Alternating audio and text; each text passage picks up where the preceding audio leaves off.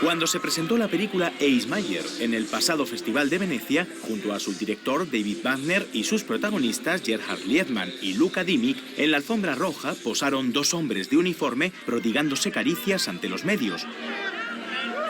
Ninguno tenía nada que ver con el cine hasta que un joven estudiante de dirección leyó un artículo sobre ellos en un periódico.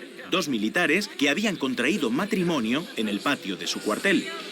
El nombre de uno de ellos, Eismayer, le resultó familiar. Era el instructor más temible del regimiento en el que había hecho el servicio militar. Los próximos 6 meses serán duros. Es un auténtico psicópata. Un fallo más y tus padres leerán una carta que diga murió por la patria. Eismayer es el terror de los reclutas, rudo, agresivo y aparentemente sin sentimientos.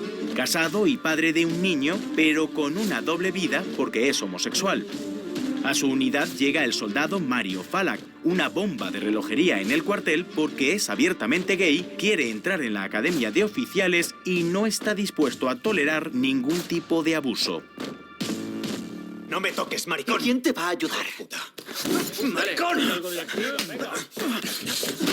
Yo creo que se gusta. Ya basta, Falak. Mother informa. Suboficial mayor, solo le dije que no gastara toda el agua caliente. Y entonces me dijo... ¿Qué? Que me metiera con él en la ducha. ¿Eso es cierto? Sí, ¿qué? Hasta la tenía dura.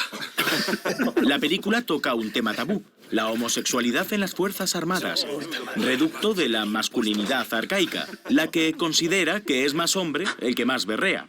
Arriba. Solo llevo 24. ¡He dicho que arriba, cojones! La represión y el homoerotismo que paradójicamente exuda una institución tan reacia a la diversidad sexual como el ejército remiten a la novela Billy Bat de Herman Melville sobre la ambigua relación entre un oficial y un apolíneo gaviero en un barco de guerra. Y aquí hay para elegir entre su adaptación cinematográfica canónica, La fragata infernal... De noche se siente uno solo. Yo puedo hablar con usted entre guardia y guardia, en mis ratos libres, señor. Soledad. ¿Qué sabe usted de eso? Y la versión libre de la directora Claire Denis, Buen Trabajo, que reformulaba el concepto de masculinidad desdibujando los límites entre atracción y odio.